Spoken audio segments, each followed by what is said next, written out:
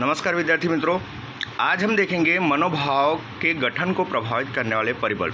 जैसा कि आगे के वीडियो हमने देखा मनोभाव की परिभाषा, मनोभाव के स्वरूप। आज हम देखने जा रहे हैं मनोभाव को गठन करने वाले परिबल कौन कौन से हैं, उसके बारे में हम देखेंगे। मनोभाव मानव व्यवहार को दिशा प्रदान करने वाला महत्वपूर्ण परिबल है। इसलिए मानव व्यवहार को समझने के लिए मनोभाव का स्पष्टीकरण अनिवार्य है। मनोभाव को समझने के लिए वे कैसे गठित होते हैं, कैसे विकसित होते हैं और उनको प्रभावित करने वाले परिबल कौन से हैं, आदि बातों को समझना अत्यंत आवश्यक है। मनोभाव संपादित अर्थात सीखे हुए होते हैं। मनुष्य जीवन भर प्रत्यक्ष या परोक्ष रूप से सीखने की प्रक्रिया से गुजरता है। जैसा कि हम जानते हैं, शिशु अवस्था से लेकर पुख्तावस्था तक मनुष्य ये कुछ ना कुछ सीखता ही रहता है। ऐसा नहीं है कि मनुष्य ने जन्म लिया तो वो जैसे बचपन में है जीवन भर वैसा ही रहे। कुछ अपवाद रूप जो मानसिक रूप से अस्थिर होते हैं या कुछ उनको जेनेटिक प्रॉब्लम होती है, वही बच्चों का जो मानसिक विकास है वो अच्छी तरह से नहीं हो पाता। बाकी सभी लोगों की मानसिक प्रक्रिया जो है वो हमेशा ऐसी होती है, कुछ ना कुछ डेली सीखते रहते हैं। उस दौरान विविध लोगों के संपर्क में आता है, उनके साथ पारस्परिक अंतरक्रिया एवं विचार विनिमय करता है, लोगों के व्यवहार का मूल्यांकन करता है तथा स्वीकृति व्यवहार की ओर एवं अस्वीकृत व्यवहार के विपरीत मनोभाव धीरे धीरे विकसित होते हैं। मनोभाव को गठन प्रभावित करने वाले मुख्य 4 परिबल हैं। जैसा कि व्यक्ति जो सीखता है उसमें जो पॉजिटिव चीज़ है, जो स्वीकृत चीज़ें हैं उसको एक्सेप्ट करता है। जो अस्वीकृत चीज़ें हैं, जो समाज के विपरीत हैं, जो लोगों को विपरीत है, उसको वो दूर करता है, अपने आप से, अपने व्यवहार से अस्वीकृत करता है। अब मनोभाव को गठन करने वाले कुछ परिबल हैं। पहला है परिवार, दूसरा सामाजिकीकरण, तीसरा प्रत्यक्ष अनुभव और चौथा है संचार माध्यम का प्रभाव। तो आइए देखते हैं हम सबसे पहला परिवार। समग्र जीवन काल में मानव जीवन का अनिवार्य अंग परिवार है। परिवार समाज का छोटे से छोटा तथा व्यक्ति परिवार का छोटी से छोटी इकाई है। मनुष्य सामाजिक प्राणी होने से परिवार का अत्यंत महत्व है। परिवार सामाजिक शिक्षा की मातृ संस्था है। परिवार में अलग अलग सदस्यों के व्यवहार का प्रभाव बालक पर पड़ता है। जैसा कि हम जानते हैं कि मानव जो है वो सामाजिक प्राणी है। सामाजिक प्राणी होने के साथ साथ वो एक परिवार का सिर्फ एक सदस्य है।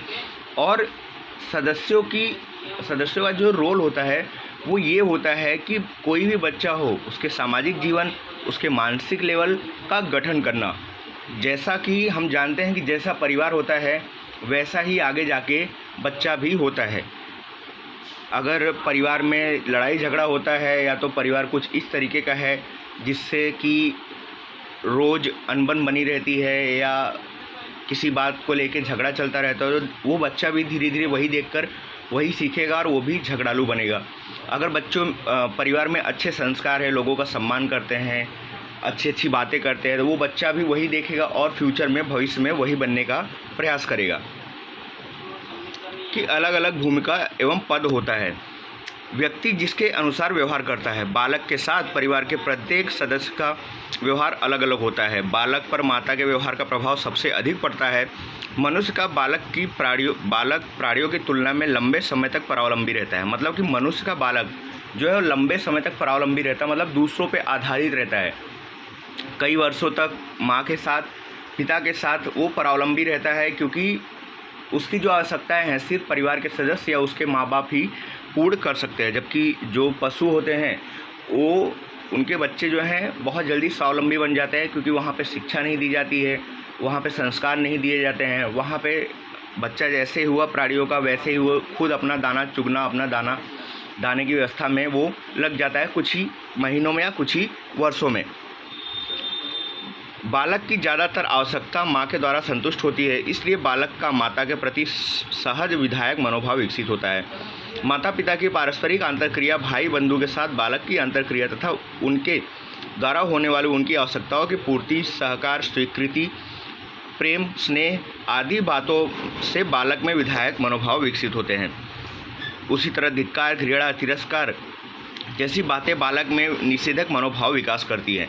जैसा कि हम जानते हैं कि बालक पे सबसे ज़्यादा प्रभाव उसकी माता का पड़ता है। माता ही उसके अंदर संस्कार डालती है।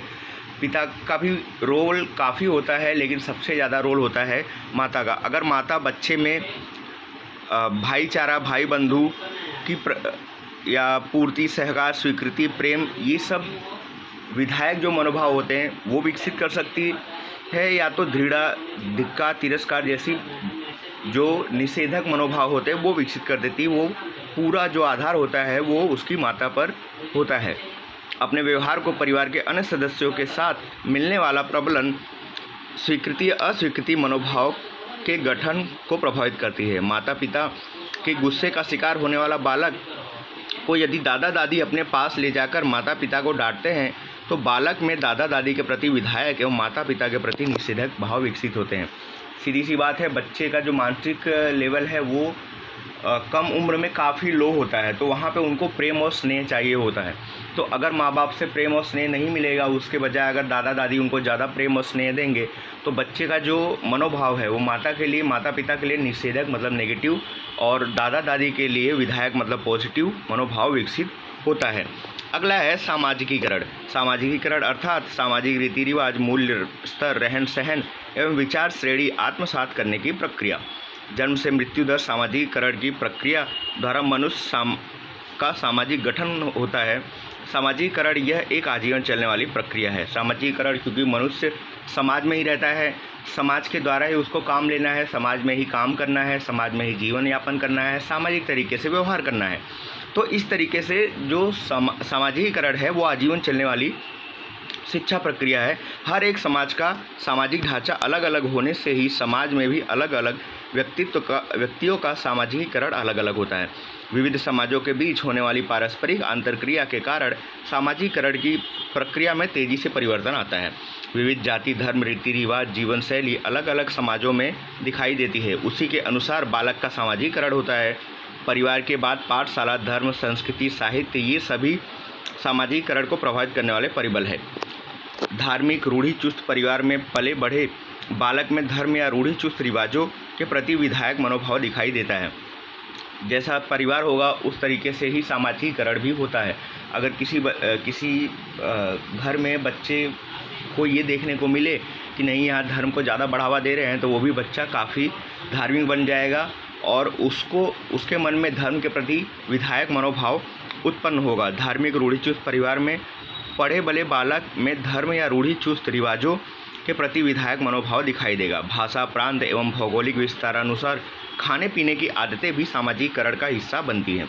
जैसे गुजरात में दाल भात रोटी सब्जी, पंजाब में दूध दही पनीर और दक्षिण में नारियल एवं भात का सबसे अधिक भोजन में उपयोग होता है, जो उनके बच्चे में किसी भोजन के प्रति मनोभाव विकसित करते हैं।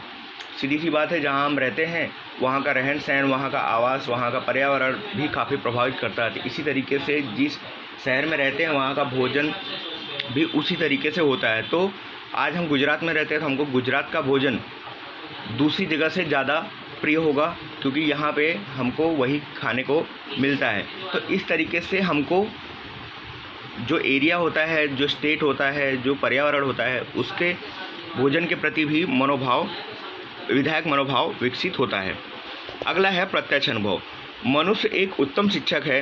प्रत्येक मनुष्य अपने जीवन में विविध अनुभवों से भी बहुत कुछ सीखता है। प्रत्येक मनुष्य के अनुभव विशिष्ट होते हैं और उसका प्रत्यक्षीकरण व्यक्तिगत होता है।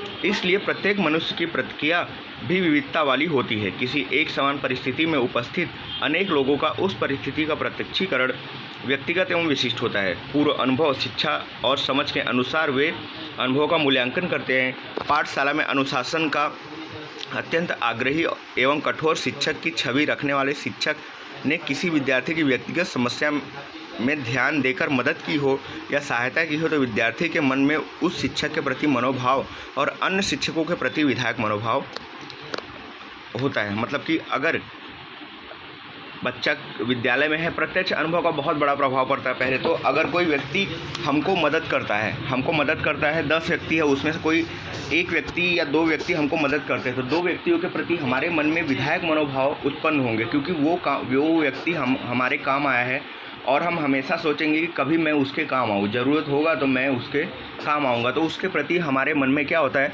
विधायक मनोभाव उत्पन्न होता है। जबकि जो मदद नहीं करते हैं, जो छल करते हैं, उनके प्रति निषेधक मनोभाव उत्पन्न होते हैं। अगला है संचार माध्यमों के प्रभाव। 20वीं सदी एक वैज्ञानिक युग तथा 21वीं सदी टेक्नोलॉजी का युग है। आधुनिक युग में विज्ञान एवं टेक्नोलॉजी सर्वव्यापक बन गए हैं। इन दोनों के शुभ समन्वय से जानकारी का आदान प्रदान तथा विचार विनिमय की प्रक्रिया अत्यंत गतिशील बन गई है, जिसका प्रभाव समग्र विश्व के मानव जीवन पर हो रहा है। प्राचीन समय में संदेश पहुंचाने के लिए स्वयं ही जाना पड़ता था, उसमें बहुत समय लगता था, जबकि आज समाचार पत्र, television, mobile, WhatsApp, Facebook, Google, Twitter जैसे सामाजिक संचार माध्यम गतिपूर्वक संसार को जोड़ते हैं। दुनिया के किसी एक कोने में घटित घटना की जानकारी दूसरे मिनट में ही दुनिया के लोगों के पास बैठे पहुंच जाती है और उनके सामने की प्रतिक्रियाएं भी गतिपूर्वक प्राप्त हो जाती है। उत्तराखंड में आई हुई बाढ़ में मिलिट्री के जवानों के द्वारा बाढ़ में फंसे हुए लोगों की मदद का प्रसारण देखकर युवा पीढ़ी का मिलिट्री के प्रति मनोभाव अधिक विधायक एवं दृढ़ बना। सरकारी योजनाओं के प्रसार के लिए प्रसारण होता रहता है, जिससे लोगों में सरकार के प्रति विधायक मनोभाव देखने को मिलता है। हम जो देखते हैं प्रत्यक्ष रूप से या परोक्ष रूप से हम जो देखते हैं उसका हमारे ऊपर काफ़ी गहरा प्रभाव पड़ता है। तो ये सब जो चीज़ें होती, जैसे बाढ़ का उदाहरण दिया है, अब वहाँ पे बाढ़ है, अगर हमको ना पता चले तो हम तो सोचेंगे कुछ हुआ ही नहीं, लेकिन यहाँ पे टीवी के द्वारा, इंटरनेट के द्वारा, गूगल के द्वारा बहुत सारी चीज़ें हैं, व्हाट्सएप के द्वारा बहुत सारी चीज़ों, संचार माध्यमों के द्वारा हमको वहाँ की जानकारी मिल जाती है और वहाँ पे किसके द्वारा मदद की गई, कौन सी संस्था के द्वारा मदद की गई। तो जो संस्था मदद करती है, जैसे यहाँ पे मिलिट्री ने मदद किया है, तो हमारा जो मनोभाव है मिलिट्री के लिए सम्मानपूर्वक, मतलब विधायक मनोभाव यहाँ पे उत्पन्न होता है। इसी तरीके से सरकारी योजनाएं जो है, सरकार जो योजनाएं चला रही है, अगर वो हमको ना पता चले तो हमको सरकार को गलत ही समझेंगे, सरकार सिर्फ चल रही है, बेवकूफ़ बनाती है, लोगों को उल्लू बनाती है। लेकिन अगर वही सरकारी योजनाएं जब हमको सोशल मीडिया के थ्रू पता चलती है कि नहीं यहाँ पे इतने लोगों को लाभ हुआ, इतने लोगों को सहायता हुई, तब हमको ये लगता है कि नहीं सरकार कुछ काम कर रही है, तो सरकार के प्रति हमारे मन में विधायक मनोभाव उत्पन्न होता है। मनोभाव व्यक्ति के व्यवहार को दिशा प्रदान करते हैं। सामाजिक विकास में ऐसे मनोभाव विधायक निषेधक प्रभाव को उत्पन्न करते हैं एवं विधायक मनोभाव में परिवर्तन करके विधायक मनोभाव के विकास के लिए प्रयत्न करना आवश्यक है। मनोभाव संपादित है, वे लगातार गठित होते हैं, उसी तरह उनमें परिवर्तन लाया जा सकता है। तो मनोभाव जो है वो प्रत्यक्ष रूप से परिवार में रह के, फिर संचार माध्यमों के द्वारा मनोभाव में परिवर्तन लाया जा सकता है, मनोभाव का गठन होता है। ठीक है विद्यार्थी मित्रों, तो आज के इस वीडियो में इतना ही। अगले वीडियो में हम देखेंगे मनोभाव परिवर्तन की रीतियाँ। धन्यवाद।